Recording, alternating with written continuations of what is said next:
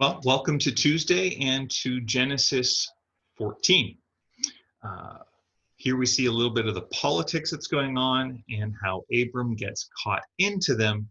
And there's a very interesting encounter he has that becomes very important later in the book of Hebrews and is referenced in the Psalms.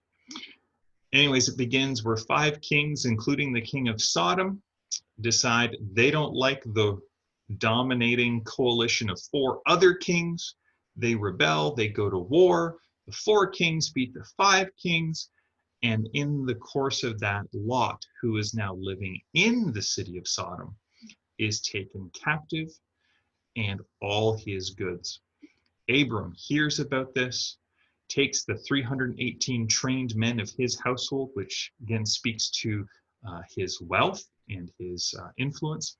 He has allies, and they go after the victorious army, strategically attack at night, liberate not only Lot, but also all the goods that this coalition of 4 kings and their army had taken in their battle and conquest.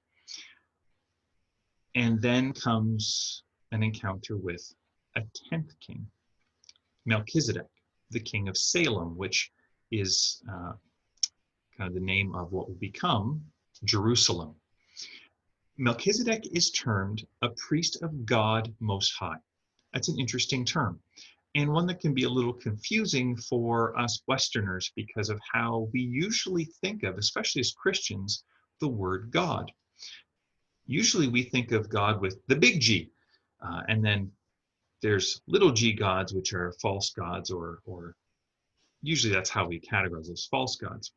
The Hebrew worldview is that there was Jehovah, Yahweh, big G God, who created all sorts of other spiritual beings, little g gods.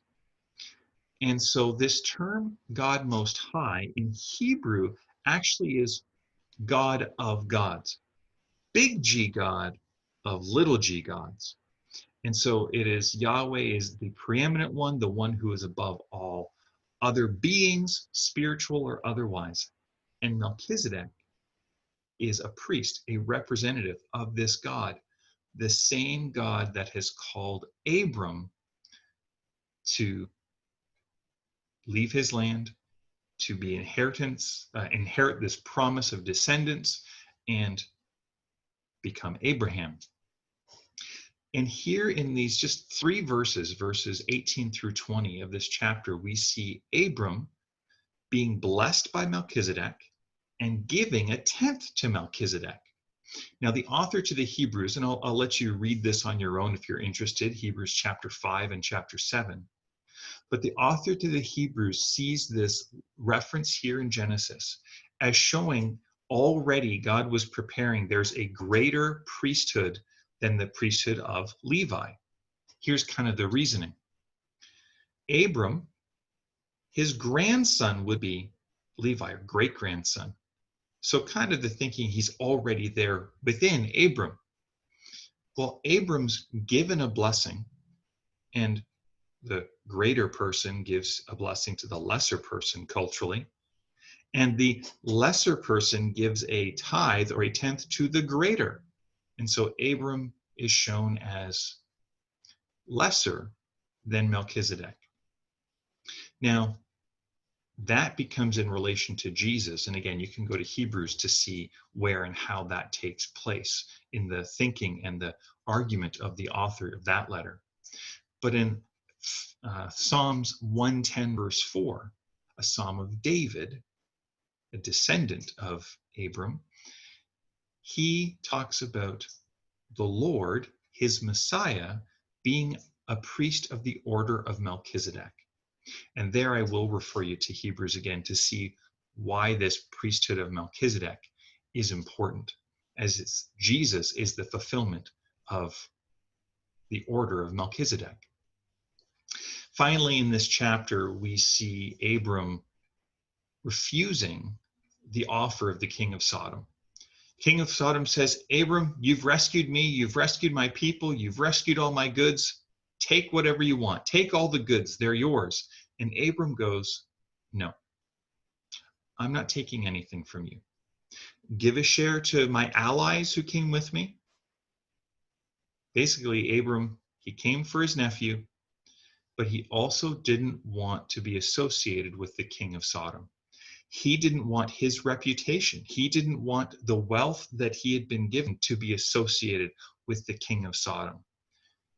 Abram was protecting his reputation because he understood his reputation was connected to the reputation of Yahweh. And the king of Sodom's reputation, because the city of Sodom's reputation, as we will see, is not one Abram wanted in any way to be associated to God. Big G God. Abram thought for the day, could have taken the easy course, could have accepted the gift from the king of Sodom, but it would have associated him and God with Sodom, which was the road Lot had gone down.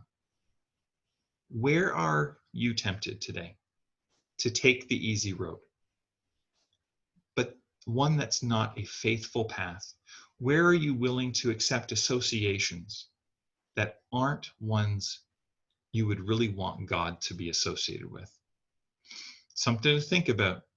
And as you do, may the Lord bless you and keep you. May the Lord make his face to shine upon you. May the Lord be gracious to you today. And today, would you know his peace? God bless.